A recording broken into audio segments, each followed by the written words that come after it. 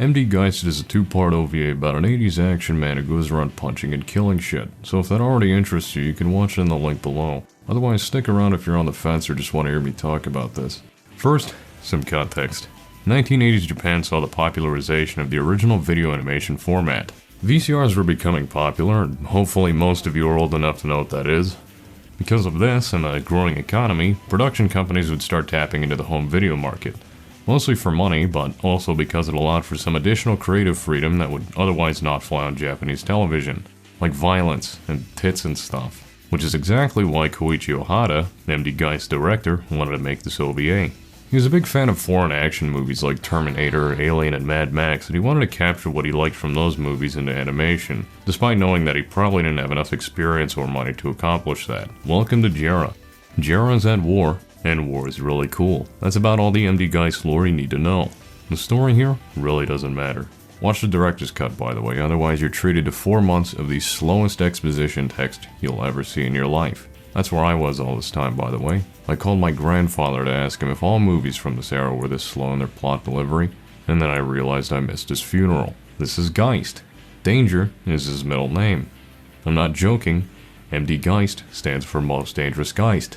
The writer, Riku Sanjo, took the MD part from this wrestler guy, Mad Dog Vachon, and later came up with an excuse to have the MD in Geist's name.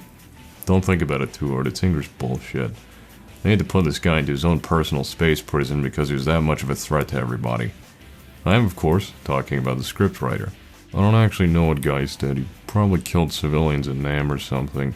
The story isn't really clear about this, but based on this next scene, you can bet he was probably part of the Bush administration.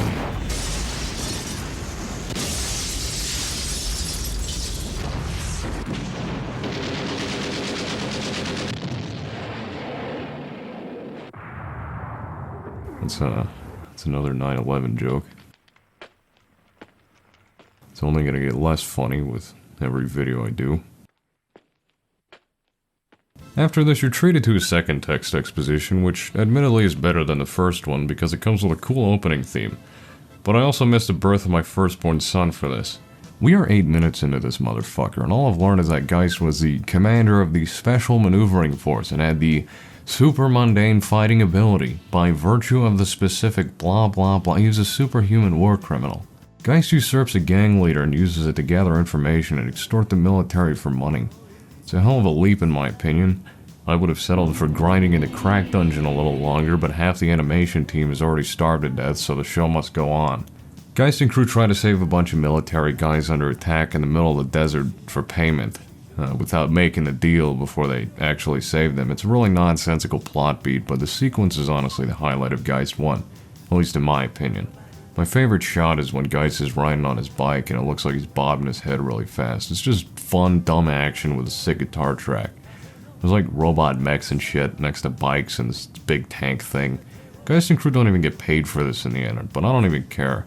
I'm an easy guy to entertain, and this was very entertaining. However, what follows is dumb bullshit where Geist is dragged along with the army guys who saved on some stupid mission where they launch a full frontal assault on a heavily fortified military facility to stop this thing called the Death Force. It's basically this killer robot army that indiscriminately kills everything. I don't know why anyone would ever make something like this, and I could go on for days about how terrible this idea is, but without it, we couldn't have Geist 2, which I think is a better OVA, so I'm not complaining. Everything goes surprisingly well. And by that, I mean everybody dies. Colonel, you and Mr. Geist have to get to the control room quickly. Except for Geist, this one woman that follows him around. She exists, by the way, she's just not important. And the army commander who he saved in the desert, who ends up betraying him to shut down the Death Force and kill Geist at the same time. He fights this pretty cool robot thing that has several phases, all of which look pretty cool and definitely show Koichi Ohata's strength in mechanical design. Check out this sick transformation scene.